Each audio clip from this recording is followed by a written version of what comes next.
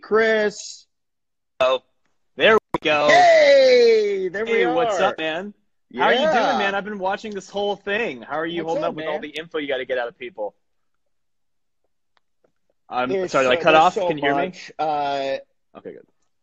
Yeah, no, you're good. We're good. We're caught up. Yeah. There's just a lot of scrolling on the bottom that kind of throws you. I feel like I was trying to lock in with my favorite, Bill Burr, and then it's just people just screaming tight butthole at me and other things.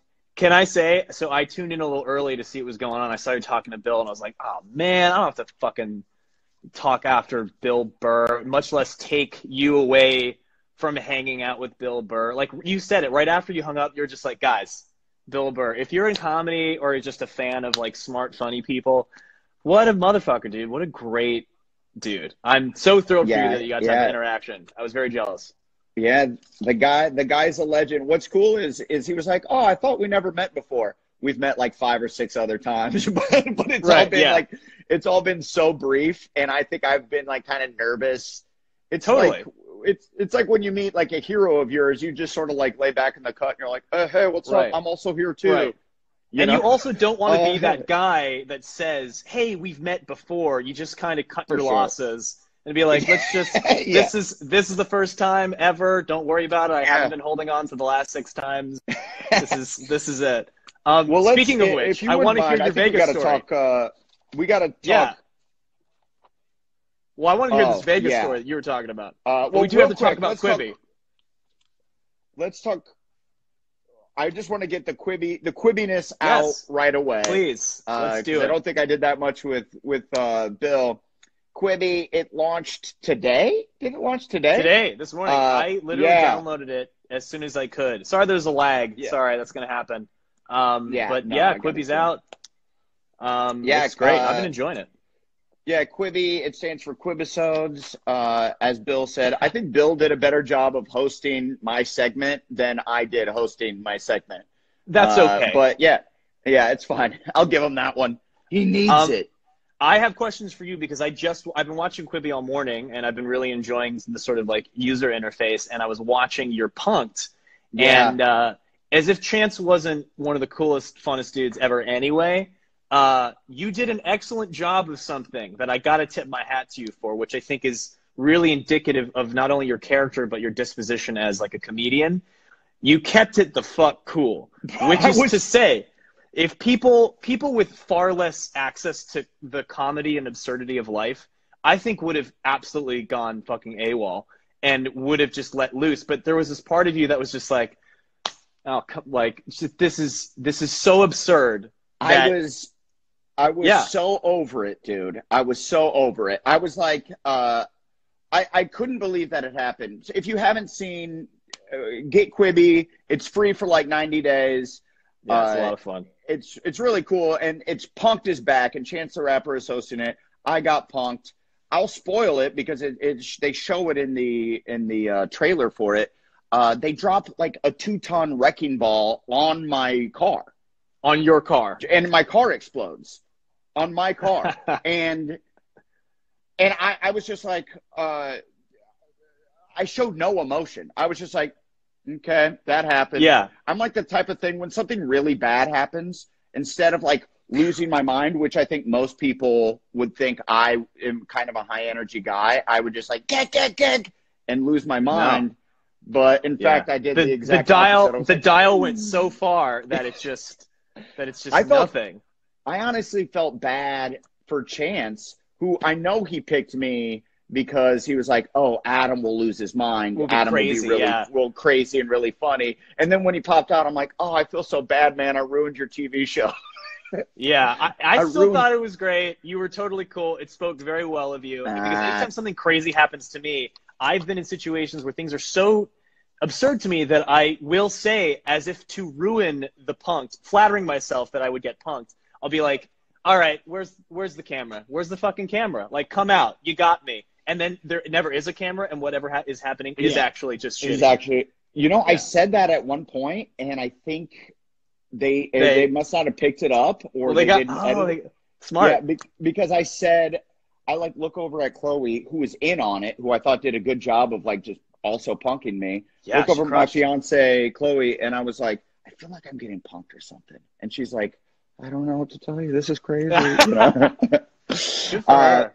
Real quick, the Yes. Vegas story. I remember Yes. this was years ago. This was probably like 5 or 6 years ago. And I don't go to Vegas often. But I was trying to get into some nightclub, and I'm standing there at the front of the line, and it was like 5 or 6 years ago, and the guy's like kind of knew who I was, but was like, yeah, hang on a second, we'll get you. And I'm like, please, can I please come in? If not, it's like a 2.5 mile line to get in. And, you know, I'm not a sexy girl, and I'm like wearing regular clothes. I'm not like clubbed up or anything. Yeah. And the guy's like, yeah, we'll get you. And you and some friends were coming in at that same time. And you go to me, and we had never met each other and don't know each other. And you go, oh, no, they're cool. Let them come. And then the guy's like, all right, and let us in with you. That is thank God for other people, because I swear to God, millions of people have that memory of you that you don't have. Because I honestly, A, don't remember this. B, that's probably happened once in my life. And most of the time I'm in your position. I feel like I've talked to other people, like artists and musicians and people in entertainment, who have been like, yo, you really hooked me up that one time I was in fucking New York, and so wow, I'm shocked and honored that I did that at one point in my life. No, it was great. I was like, weird. I peaked. Darren Criss, man, that guy rules. I'm glad that it was a good story. Yeah, like I got you in. It wasn't like, oh, he's cool. I'm like, no, you got to stay the fuck away too. Like, damn yeah, he's cool. And you're like, oh, you like him? You sit back with him. You get out. Yeah. You're out of here, kid. I remember my version of meeting you, because we kind of run in sort of parallel universes. I was going to say, I remember I was hosting the Teen Choice Awards in 2013, and we would pass it off, like, take it away, Adam. You do something equally silly. And it would cut to you doing some kind of shenanigans. These are all things that are back cataloged. Hey, look at us now. All right. We're here with Quibi, you know, hey, look at moving us. on up. No disrespect. We're in our respective living rooms. Yep. So you got a show now on Quibi. I do, Royalties. Man. Yes. I'll give you the quick thing. Give me which is, I have been, knee deep and consumed with this thing for years, and the fact that Quibi is coming out is such a relief, because, as you know, you can work on something so hard, but if something has a little more exposure, people might be asking you about the Pitch Perfectly things when you've been slaving over your comedy special, and you just want to talk about the comedy special. So that's kind of what Royalties is for me. I created it. I wrote the songs for it. I'm in it. It's sort of my own love note to a side of my life that I'm pretty sure you're not familiar with, which is as a songwriter in Los Angeles, and that's its own kind of microcosm. I'm sure you have lots of friends in that industry. It's a world that I've been involved in for years, that I've always been like, this is so ripe for a sort of like a serial comedy, because every assignment you get as a songwriter is for a different song, and you meet it's like speed dating, but you have to write a song with strangers for a huge artist, and you do this day after day after day, and it is wrought with absurd, ridiculous stories that we've pulled little bits and pieces from, but it's less about songwriting and more about zany comedy about songwriters and the world that they live in. Yeah, but it's a really zany thing, and there's a different song for every episode, which is their assignment for a song. We have a ton of amazing guest stars. I don't know if I can talk about yet, but I'll just, I'll just say that we got a lot of cool people coming on, playing cool people. Yeah, Paul McCartney, heard of him? Schmaler Schmartney. I don't know if I can drop it here. I feel like the Quibi people watching might be like, don't blow it, but there may be a person from a major beloved franchise playing a goofy version of a country rock legend that may or may not be singing about the size of a penis. That's what we're dealing with here. This is huge. The high art. Okay, well, let's guess it's Harry Potter. Yeah, definitely. Yeah. Nailed it. I figured it out. And I figured it out. I like that's how bad at things I am. I call him Harry Potter, and I didn't even get his name. Big franchises are just Harry Potter. Speaking of franchises, I was wondering if there was an alternate universe where you did Glee and I did Pitch Perfect, and then I went, oh, wait a second, no, that's just we'd both be Skylar Astin, because he did both. Yeah. He did. Yeah, he did do both. I feel like did you ever audition for that show? I feel like you would have ended up on it had you just through the audition wheel. I kind of was in way back then. I didn't have an agent until Workaholics.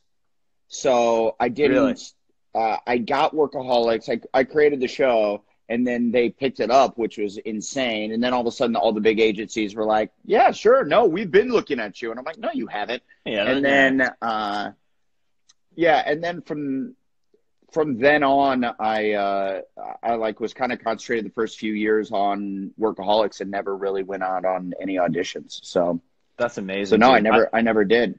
I'm glad you mentioned Workaholics because I'm actually also trying to multitask and read some of this stuff. So similar to you and your buddies who kind of created that show and that was your sort of calling card from the sort of launching point. I too had this thing I started out of college called Star Kid, which was this sort of collective of, we were all in the theater department and we had a series of musical comedy videos we put online. And that kind of started my career as in musical comedy. And so really? I would be remiss. I didn't know that. Yeah, so there's kids talking about Harry Potter. We did this Harry Potter musical where I actually was Harry Potter, so that's unbeknownst to you. That was a nice little Easter egg. But the reason why I mention all this is because the guys that I made that stuff with, that company turned 10 this year. We made Royalties. So it's if people are watching this that are fans of Star Kid from however many years, it's the same kind of zany humor, and that's a company that I wrote a lot of the songs for and acted in. So it's kind of like an extension of that for a lot of the people who may be fans of that or don't know about it and would like to check it out. So that's Royalties. That's my thing, man. Zany music comedy. Yeah. And back in the day, it was called Star Kid. Yeah, it still is. The company is called Star Kid. Oh, the company's called Star Kid. You might understand this. It was named. It's just like if you were trying to explain the name Steppenwolf. It came from a thing that was an inside joke, and it just became the name of our company. At one point, Lucius Malfoy calls Harry Potter Star Kid Potter, and he was referring to. Do you remember the early '90s movie Star Kid about a kid who finds a spacesuit and goes on a space adventure? No, but I know what I'm doing this afternoon. There you go. There's your quarantine viewing, but that's what the company's named after. So it's not cool. It's not a casting agency for children. It's a reference to a '90s movie. I'd like if that was also what you're doing. And on top of the looking to cast children in commercials and other works. Just trying to hustle, man. It's tough out there. Get out there, man. Well, good talking to you, dude. Likewise, man. Yeah, it was awesome catching up, and maybe in 5 years I'll see you back in Vegas. Yeah, we'll see you in the line somewhere, man. We'll take care of each other. All right, later, take care, dude. Peace.